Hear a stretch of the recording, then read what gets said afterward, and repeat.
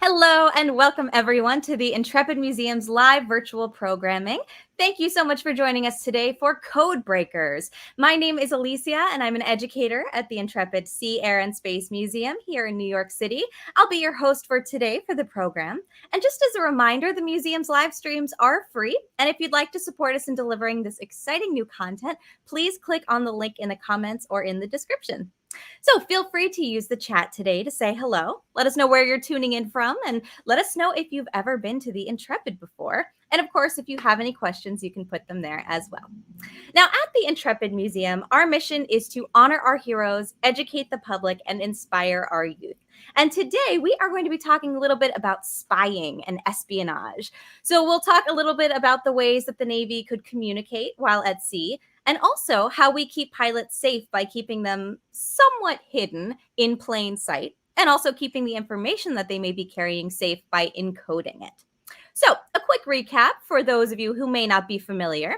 This is the Intrepid Museum. So we are located inside of a historic World War II aircraft carrier docked right on the west side of Manhattan in the Hudson River. On site, we have a historic Cold War era submarine, the Space Shuttle Enterprise, and a British Airways Concorde. Now, it was constructed way back in 1943 for a very specific purpose. It was made during a time where we were fighting countries all the way across oceans, and it became really important to be able to bring our planes with us, but very, very far away.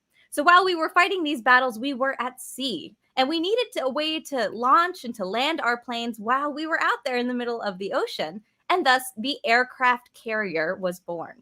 So the USS Intrepid is an aircraft carrier that was in service from 1943 to 1974. So it served in World War II, the Cold War, and the Vietnam War.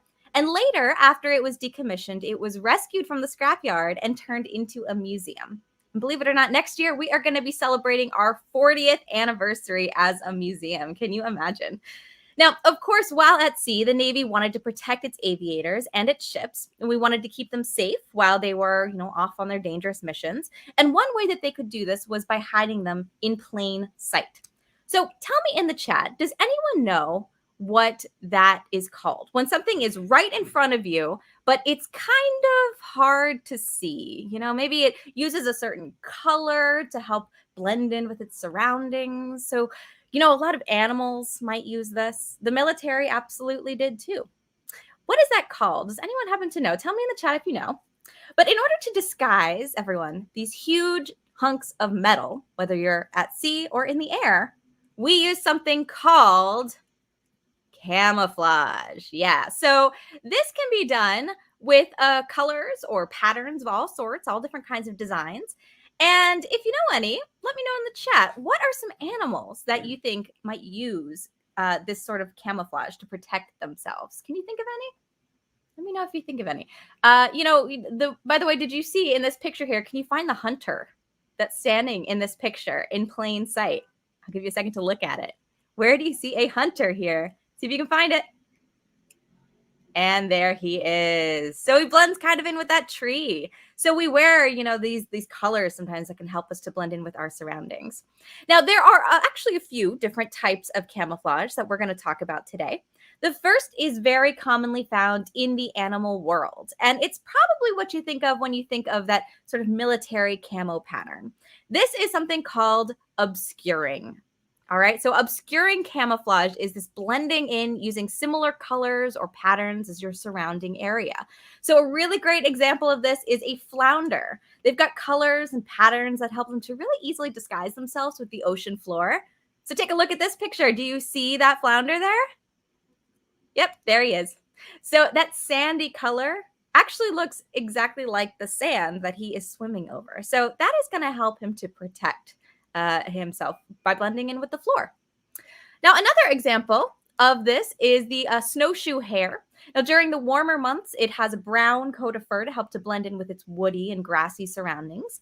But when the snow starts to fall and it gets colder, its fur actually turns white, so it can blend in with its snowy Arctic surroundings. So this is a really great example of adaptation and obscuring camouflage, too. Now, the next is disruptive camouflage. This is using some really highly contrasting colors and patterns in order to confuse your onlookers. So a super example of this in the natural world is zebras. They often travel in herds of, hundreds or even thousands, and those very distinct stripes help to confuse their predators. They look at this big group and they think, where does one zebra end and the next begin? Right? So, how many are actually in that herd? Can you tell just by looking at it quickly and far away? It's really kind of confusing, even just looking at this picture here. Also, when they're moving, it creates this optical illusion that really messes with the perceived direction of the movement, too. All these stripes moving, are they going left? Are they going right? So, you can imagine how this would be really helpful for the zebras to outlast a lion, for example. Now, we've also got counter shading camouflage. Now, this is a popular one on some of our airplanes, and that is using different colors or patterns on the top and the bottom to blend in from both above and below. So oftentimes the top part is going to be darker and then the bottom part is going to be lighter, like you can see here with these penguins. So they've got dark backs and white bellies so they can blend in with the darkness of the ocean when the predators are looking down at them. Or they can blend with the light of the sky that's coming from up above the water if the predator is underneath and they're looking up at them. Now, many other animals also have this. We have other animals like dolphins and sharks, and whales even as well. And the last one here is something called mimicry. Now, mimicry is literally copying what something looks like in order to, kind of make it appear like something else, almost like you're wearing a costume even. So you aren't blending in necessarily. You are putting on, a mask and saying, I am this thing. Now, often that means you might want to look like something maybe a little bit scarier than you to protect yourself. Or maybe that something is just really super not threatening or not delicious to eat. So a great example of this can be seen in some butterflies that have this color pattern that, if you look at it, there kind of looks like eyes, right? Doesn't that really look like the eyes of an owl there? So that's really helpful to scare away someone who might want to eat them, let's say. And on the other hand, you also have bugs that can disguise themselves to look like a piece of nature. So sure, they blend in like obscuring with the color there, but they also literally look exactly like a stick or a leaf, like you can see here. They mimic the nature that they are living in. That's actually a bug. Isn't that crazy? So they mimic, what it looks like. So they're really actually easily looked over, and they live to tell the tale to their little bug friends for another day. So I'm going to show you a few things in our museum now, and we are going to get a chance to see how camouflage was used in a number of ways on board Intrepid. And the first image I want to show you is this one. All right, now the Intrepid is a giant ship. It is 913 feet long. It is so long that you could almost play 3 games of football on top of the flight deck at the same time. So it's going to be a little bit difficult, obviously, to camouflage this giant floating airport in the middle of the ocean. So how did we do it? Well, take a look at this picture here. Believe it or not, this is the Intrepid in 1944. This is how it was painted during World War II. This is a type of camouflage called Dazzle Paint. Dazzle Paint. All right. So you can see these blocks of colors. The colors used were actually called dull black, ocean gray, and light gray. Real creative with their color titles there. So here's a question, everyone. We are going to play a little game here. Which type of camouflage do you think this is? So everyone, type a number in the chat for me if you have an idea. I want you to type a 1 if you think it's obscuring, type a 2 if you think it's disruptive, type a 3 if you think it's counter shading, and type a 4 if you think this is mimicry. All right, so take a look at this. Think it over. We're talking about the Dazzle Paint here. So all those different, colors and the weird blocks that it's all painted on there. Do you think this is obscuring, disruptive, counter shading, or mimicry? Go ahead and type a 1, 2, 3, or 4 in the chat for me. So everyone, if you're looking at this right now, you are going to notice some strong contrasting colors, these large blocky shapes. So if you, like Patrick in the chat said, disruptive, you would be right. It is using number 2, disruptive camouflage. And that's because it would often travel in its own herd kind of like the zebras, it traveled in a fleet. And these were all painted in this, really dynamic pattern like this. So when they were all close together to one another, it was kind of tricky to know where one ended and where the next began, and even sometimes which direction they were heading at a glance. And that really helps with all those weird geometric patterns on there too. So after World War II, the Intrepid was painted, the kind of low visibility gray is what they call it, kind of this plain gray color that we're used to seeing now as it's parked on the side of Manhattan. But back then, a lot of the ships actually looked like this in Dazzle Paint. And it's confusing, right? Look at this. So we've got the picture of what it looks like now, but next to it, all these stripes. Kind of, it's that black and white zebra type thing. Almost looks like, Beetlejuice's outfit or something. A little confusing. On that picture on the right, is it one ship? Is it two ships? Is it three ships? Who knows? It's really hard to see, especially because this is a black and white photograph too. So if any, spies were out there taking pictures, it'd be really difficult to look at as well. So there are also some other really bonkers examples of Dazzle Paint. You've got stripes and swirls and zigzags, all kinds of things to confuse people. And this was used even back in World War I, by the way, too. So in all, they figured, yeah, all right, you've got this huge ship sailing through the water.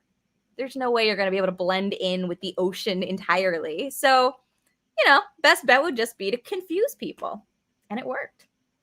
Now, here's another type of camouflage, everyone. Take a look at this plane.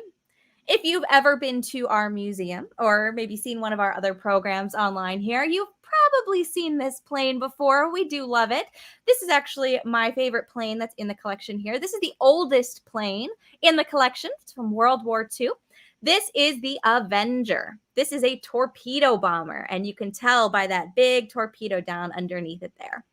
So when we look at this Avenger and we look at its patterns and its colors, what type of camouflage do you think this is using?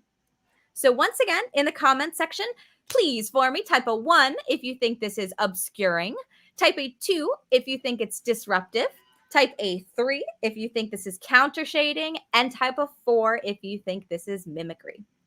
So go ahead, make your best guess there. Really take a look. Take a look at the color scheme of the Avenger. Anything in particular you might notice about the color or colors that you see on it? What do you think? See some answers coming in the chat now. All right, very good. Make your final guesses, everyone. And the answer is counter shading. So this plane uses counter shading, number 3. And actually, it's got 3 colors involved in its counter shading. The very top part is a dark blue. The middle of the fuselage, that body area of it, is a light blue, and the underside is white.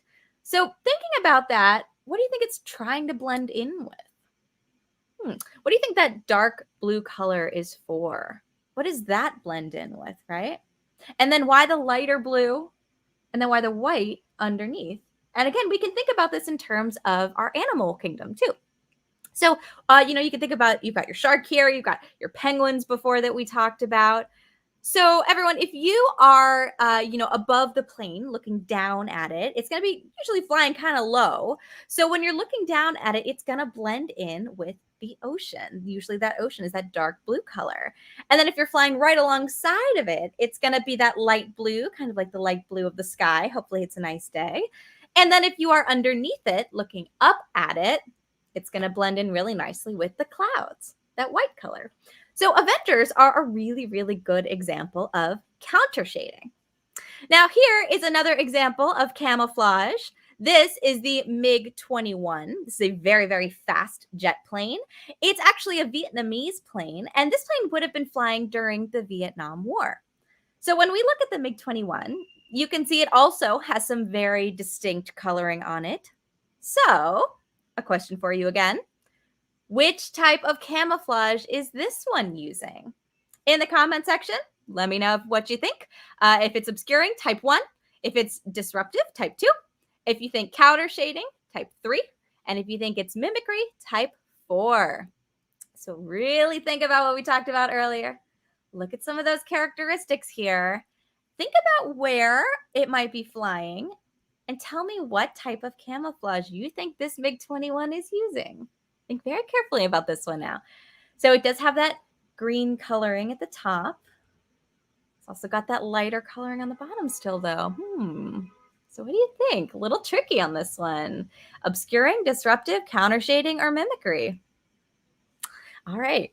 So everyone, if you said countershading, you would be correct again. Now, if you said obscuring, you could be right as well because it is kind of blending in with something. It does sort of look like that jungle camo pattern that you might have seen, but most specifically, again, this one is countershading because of where it's going to be flying. Of course, it flies over the jungles in Vietnam, so it's going over the trees and it's going to blend in with the trees underneath it.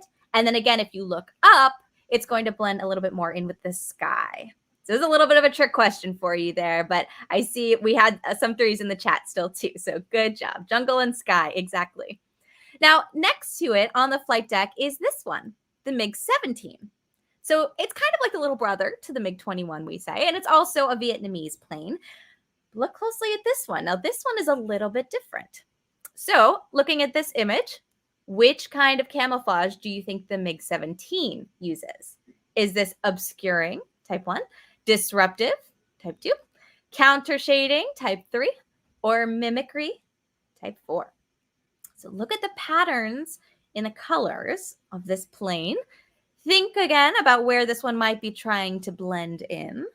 This one was a little slower than the MiG-21. This was a fighter jet, so it's going to be fighting other planes that are, up in the sky. And because it's going to be in the sky and maneuvering around in the clouds, it is painted not only to blend in with the sky, but also to maybe blend in with the clouds too.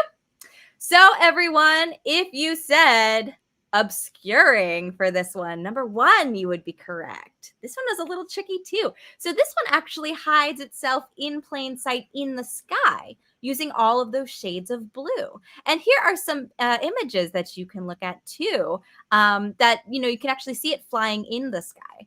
Or maybe not see it super well, depending where you are when you're looking at it. So you can really see how the colors and the patterns sort of help to obscure or, again, hide that plane while it's flying up in the sky. Now, right next to the MiG-17 on the flight deck, we've got this plane. This is the Crusader, another very fast supersonic jet that was flown by the United States Navy. And if you notice, this one has a very interesting painting on it. Maybe you've seen something like this painted on a plane before. This was a very popular motif that was painted. So what we are looking at here is this shark face, right? This mouth with these sharp pointy teeth on the front. So I want you all to use your imaginations here and tell me which type of camouflage the Crusader here is using. Is this obscuring, type 1, disruptive, type 2, countershading, type 3, or mimicry, type 4 in the chat? Let me know what you think. 1, 2, 3, or 4. Which type of camouflage is this closest to, do you think? Now, some people will say this doesn't use camouflage at all, but again, just use your imagination here. Which one do you think this is? If you were really to think about this one, how might this plane kind of hide in plain sight? Maybe in an environment that isn't where you'd expect to find a plane. So everyone looking at this one, we might think that it's maybe kind of mimicking a certain animal, right? Because it looks kind of like a shark, right? It's kind of mimicking a shark there with that shark face. And yeah, I'd say sharks are pretty fierce. So does this kind of look like a shark flying through the sky like a Sharknado? No, maybe not really. But it would kind of scare pilots, I think, who were, looking at it, flying alongside of it. They look over, they see this big scary shark face. I don't like sharks. So if I saw a shark flying next to me on a glance, yeah, that might scare me a little bit too. Patrick says he's never seen a shark fly. Not many people have, I'll say that. But if you saw a shark flying, yeah, that might frighten you just a little bit. And I think that's what the pilots were going after with this one. They just thought it looked cool too. Now, there is another type of animal that does this as well. For example, the snake. So on the left is a coral snake. The coral snake is very, very dangerous and very, very poisonous. And there's a saying that you might have heard that helps you to remember that. Red touches yellow, kills a fellow. But there is another snake, the scarlet king snake, that looks very, very, very similar to the coral snake. In fact, it's got almost exactly the same colors, but if you look closely, the pattern is different. So on this one, you've got the red actually touching the black. And so the rest of the rhyme goes, red touches black, poison lack. So that means that you can tell that the king snake is safe because its red sections are touching the black bands, but the coral snake is not safe because, again, the red is touching yellow and the red's touching those yellow bands. But they look so similar, right? They're very commonly confused. So this is actually an example of snake mimicry, where a harmless species actually has evolved to mimic the visual cues of a dangerous one so that predators won't eat it, which is actually kind of really smart. And Shreyas, yeah, you said really creepy, right? It is. It's really creepy. And definitely if I saw either of these snakes out in the real world, I would probably be running away, regardless of whether it was safe or not. I'm not really a snake fan either. Snakes and sharks, not really my thing. So everyone, I want to pause here for a quick second and see if we have any questions as we get going here. So any questions at all? Why did the Avenger need camouflage? Sure. So the Avenger was a plane that was from World War II. All right. And this was a plane that was a torpedo bomber. Really big, heavy plane. You might have heard about us talking a bit about it in some of our other programs. Big, heavy plane, torpedo bomber. And the way that it worked was that it flew low and slow. So while it was actually fighting, it did get pretty close to the enemy. And as a result, we really relied on the camouflage to keep them safe. Later on, during the jet age, we had these planes that could zip around and go really fast in the sky. We didn't really need that type of counter shading camouflage as much anymore because it could really get away faster. But these had to hide in plain sight while they were doing what they had to do, which is get in there, low and slow, drop that torpedo bomb, and then get away as fast as they could. So Avengers in particular, because they were so big and so close to the enemy, they really relied on having that camouflage to keep the pilots and the planes safe. Great question. Any others? Do all planes use camouflage? So no, exactly like I was saying, later on we had the jet age where these planes were moving faster. They weren't really as reliant about having to blend in. They weren't necessarily doing anything that they needed to be sneaky about. So oftentimes you'll just see that those jet planes are painted like a gray color, but oftentimes they also have little symbols or things on it that the pilots have painted to sort of give it some flair, to give it some personality. For example, the shark that we just looked at, it's not really mimicry camouflage, I guess, but it could be in a way. But to have these little symbols on it, and we do talk about this in another program, some of these things that represent the squadron that they fly in, so the team that they fly in. So the plane itself isn't camouflaged, but there are other little symbols on it too that give it a little bit of color too. So no, they don't all use camouflage. All right, any other questions? What's the most effective form of camouflage?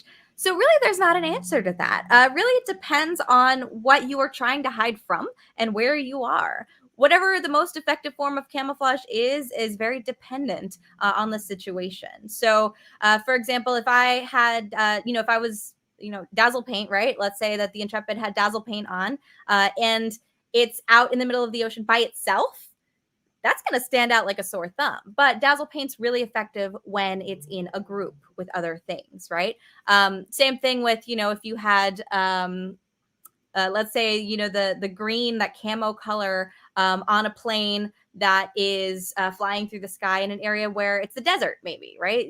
That green's going to really stand out if you're looking down and everything under you is brown, right? So the most effective form of camouflage really depends on the area. And that's why a lot of research goes into this to figure out which type would be best utilized at any given moment. So great questions, everyone. So moving right along, up on the flight deck, we also have this plane. Now, this one isn't really using camouflage to blend in and hide. This one's actually trying to stand out and be a little bit more noticeable. This plane is called the Mentor. And it's called that because it is used as a training plane, just like you might have a teacher as a mentor, right? So it was used to train pilots to fly in the Navy back in the 1950s. And a great way to think of this plane is if you ever took driver's ed, or, you've seen someone practicing driving a car going down the street, Usually they've got some sort of like a sticker or a sign or like a bright light or something on it on the car to make everyone else aware that, hey, this person's learning right now. So maybe drive a little more defensively, maybe watch out, be nice, maybe just avoid them in general, just in case something goes wrong. And so, this is also why I learned to drive in an empty parking lot.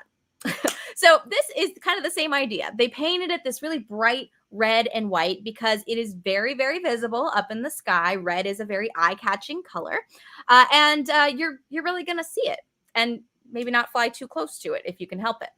And also in nature, though, again, looking at the nature world, animals do the very same thing. We've got snakes that we looked at for one, that with the red and the yellow on it, and also some frogs, right? They have these very high contrast, bright colors that draw attention to it to sort of warn people and animals to stay back.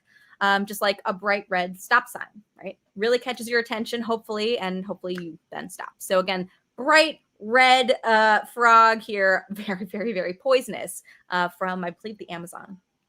Now, there is something else with similar colors and markings. Let me know in the comments what you think this helicopter might have been used for. Have you ever seen these colors on something else out and about in your community? Just looking at these colors here, these red and white again. You might be able to figure out that the red color. Yeah, okay, so I'm seeing some thoughts in the chat. So this red color, very bright, stands out. But in our own communities, too, you often would see people that have red rescue people, right? Kind of looks really like an ambulance, right? So again, in this situation, these bright colors are easy to spot, which is great when you're trying to rescue people at sea, too. So this is the Sea Guardian. This was a Coast Guard helicopter. And this was able to rescue people while they were out in the middle of the ocean. There was a basket they could drop down to retrieve them. And also a really cool thing about this particular helicopter is it could land on the water. The bottom of it kind of looks like the bottom of a ship, and it's got some floaties over the wheels there that help it to float.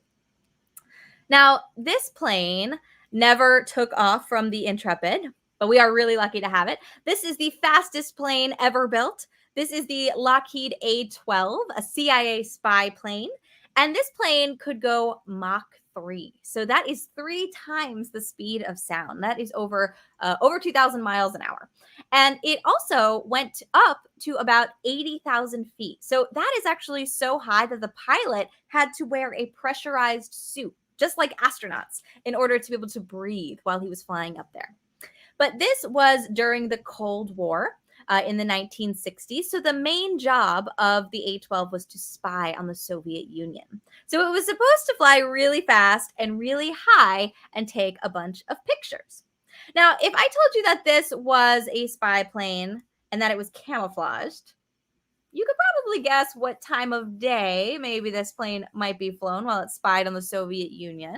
That dark color there might lend you to believe, yes, this was flown at night. And because it went so fast and technology was getting so good, we actually stopped relying so much on our eyes to find planes and actually just started relying more on radar because the A-12 was special. It even had special paint on it that could deflect the radar. It would just scatter it when it tried to find it up there. And it made it actually look like the plane was bigger than it was, or that the plane was moving at a slower speed or coming from a different direction, and just really confused the radar people. So again, this is camouflaged. It is black, but it also worked against the radar with its special paint too.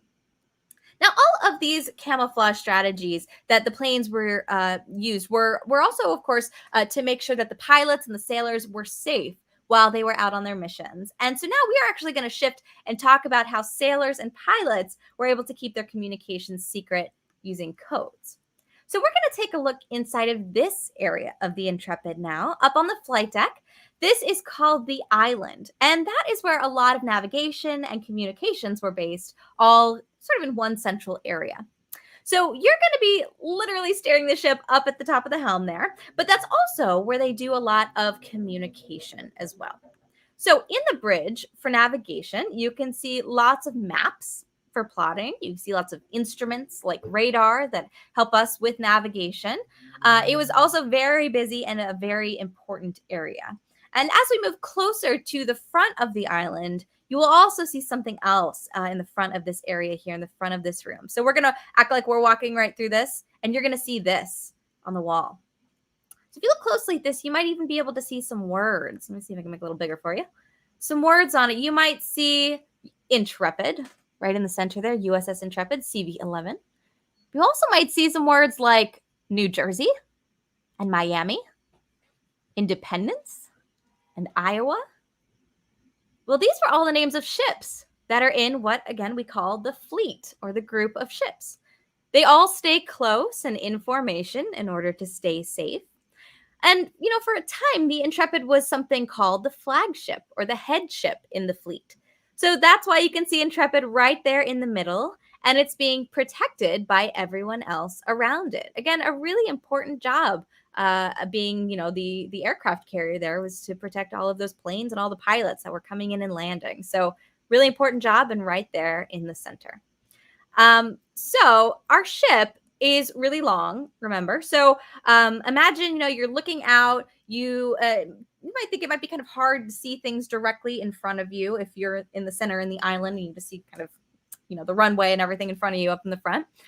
You've got planes, all over the flight deck too that are blocking your view. They're launching, they're landing. So they really relied on their instruments to be able to navigate. So they had compasses and equipment to be able to figure out their bearing, and in order to communicate with people all over the ships to know these things. And Patrick in the chat, yes, he said it's like chess pieces. Exactly. So figuring out where everyone in the fleet was is like chess pieces. And also even orchestrating people on board the ship. It was kind of like a game of chess as well. So in order to talk to everyone on board, they would use these. These were called sound-powered telephones. And it might look kind of like a regular telephone, or I suppose it doesn't really look like, like an iPhone or smartphone or something that people have now. Kind of maybe, hate to say, an old-fashioned telephone, with like a cord attached to it there. But this was a while ago though, so this is what they used. But this actually uses the power and the physical properties of your voice, of your voice's vibrations to work. So it's like vibrating wax papers, all right, to move it along the line so that people can hear you on the other end. And you can think of it like if you've ever done that thing where you take two paper cups and you attach them with string and then you pull it really tight and then you can, talk to your friend on the other side. It's just like that. The sound waves, can travel through the line that way. But not having it powered electronically really just added another level of security to the messages that they told each other while they were on board, instead of, talking over a traditional telephone line, or even more like a cell phone tower today that maybe you could even just pick up from, the sky. So they really had to be secretive. So that was another way that they did it, with these really practical methods of the sound-powered telephone. Now, another way that they used to talk between decks was with these. And maybe you've even used one of these, maybe like a playground before. This that the yellow arrow is pointing at there is something called a talk tube. So this is a piece of metal. It's shaped kind of like a horn or a megaphone, and you just talk right into one end, and your voice just travels down this empty pipe all the way to the other end, to somewhere else on the ship. Now, this is really great for talking to people on the ship, right? So you can see this guy in the lower left. He's talking into the talk tube. Maybe he's talking to, another room in particular. He's calling down to somebody in a particular room so they can hear him on the other side. This is great on board the ship. Now, what happens if you have to talk to people outside of the ship? Maybe you have to get to, someone on another ship. Well, of course, you don't want to just scream loud across the water, whatever you want to say, because, well, first of all, people can hear you. So if it's something secretive, that's not good. Also, it might be hard for the person to hear you over there as well. So that's not good either. But again, if something's secretive, you don't want to scream it out loud, right? So you probably want to use maybe some sort of a code to get your message across so that no one else can understand it or pick it up. And that is what leads us to one of the most famous codes. And this is the International Morse Code. So this is what it looks like. It's a system of dots and dashes that spells out letters and numbers. So you can spell out all sorts of words and phrases. So everyone at home, I'm going to play some Morse code for you now and see if you can decipher what this says based on the key here, all right? So this is what you are going to need, all the stuff on the left, all these dots and dashes to crack the code and to find the corresponding sound to this word. Now, the dot, all right, is going to sound just like this. All right, so just one little beep, just like that. And the dash is going to be a longer sounding beep. It's going to sound like this. All right, so once again. All right, so we've got the dot and the dash. So I'm going to spell out now a 3-letter word and see if you can figure it out and write it in the comments for me, the word I'm spelling out in Morse code. I'm going to play it a few times for you. And again, this is a 3-letter word. All right, so here we go. Let me know what you think this is.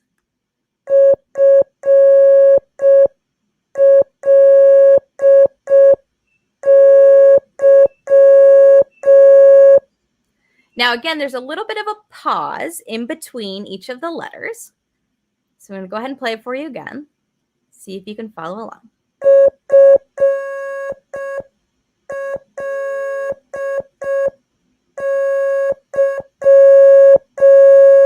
And I find when trying to decode this, the easiest thing for me to do is to write it down. I think because trying to find it as you go, you just get lost and it's just like lots of noise. So I try to write it down.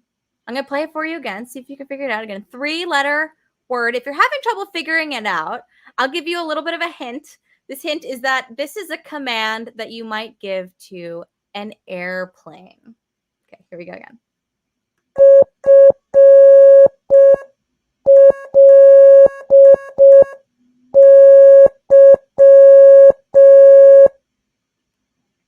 All right, I'm going to play it one more time for you.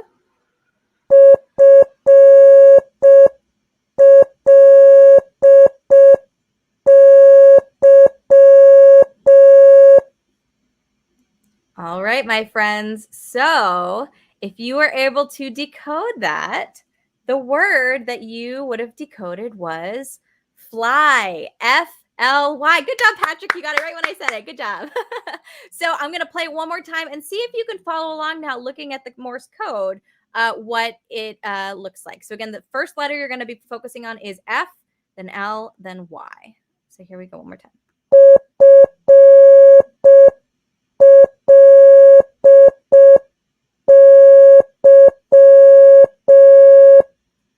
All right, so there you go. Hopefully you were able to kind of follow that. Morse code is really fun. Again, this was invented, way back in like the 1800s, and it's still used every day too now. So Morse code's one way that we can communicate with other ships. Now, another way that we can communicate is using flags. Now, often you might associate a flag with a country in a way. You could kind of say that a country's flag is sort of a code, right? It's a symbol that represents the country. And we ships use things called signal flags that can send messages. And each flag represents a letter or a number too.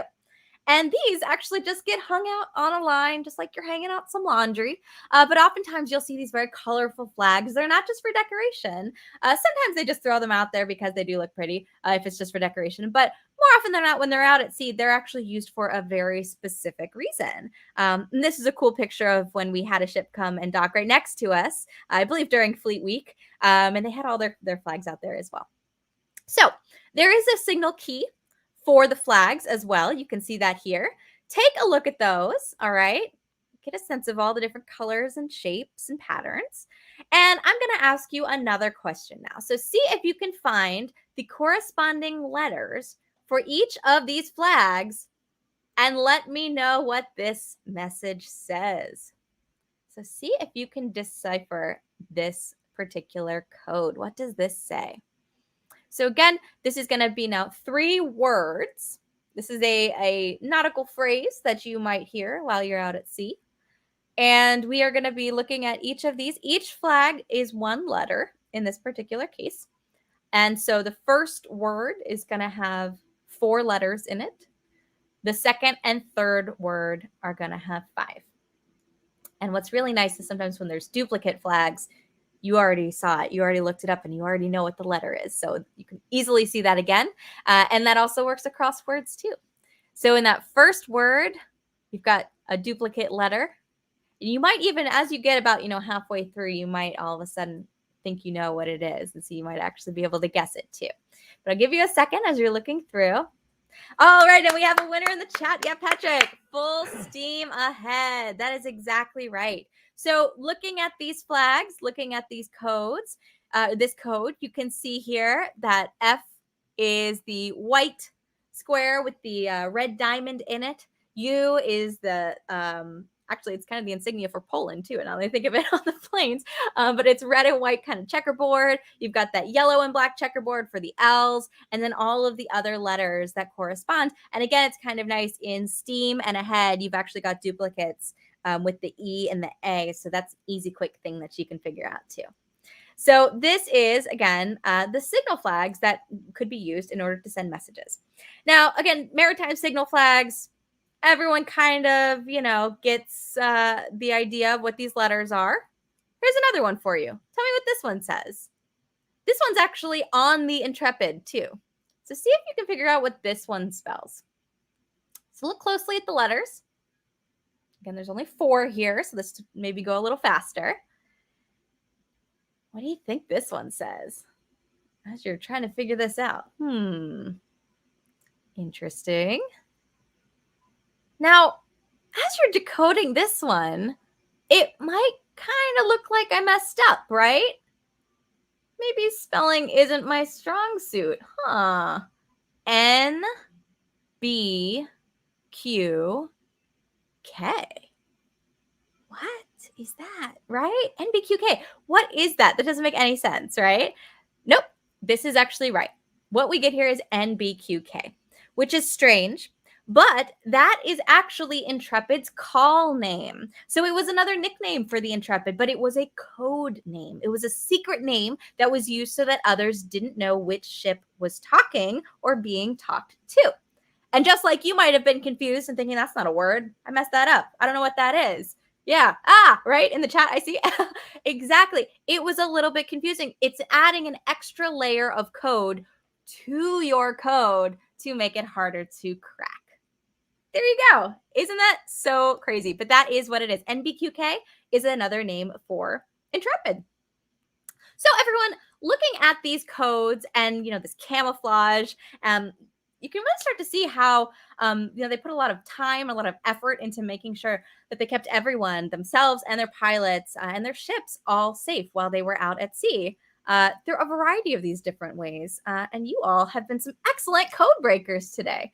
So I just want to see if there are any other questions before we wrap up for the rest of the day today. Any other questions? Do they still use codes in the military today? Yes, absolutely. They still use signal flag code and they still use Morse code too. But of course, since everyone, knows them now, like I was saying, the signal flag code here, everyone kind of knows what A or B or whatever is. Now they also use codes in their own special way. So they have to use the codes within the codes. And, single flags of the letters also mean whole phrases now too. So if you ever see just one flag that's like waving, it could also mean that maybe someone is overboard, or maybe they need fuel, or that, something's on fire even. They definitely still do. They'll use a lot of codes today. Any other questions? Are Avengers still flown in the Navy today? So no, the Avengers entered service in 1942 during World War II, and they were used until the 1960s. But by then, the technology had improved so much. Like I mentioned, we had these jet planes that were a little more effective for what they were doing and the type of fighting they were doing up there. So the Avengers were either scrapped or just sold off.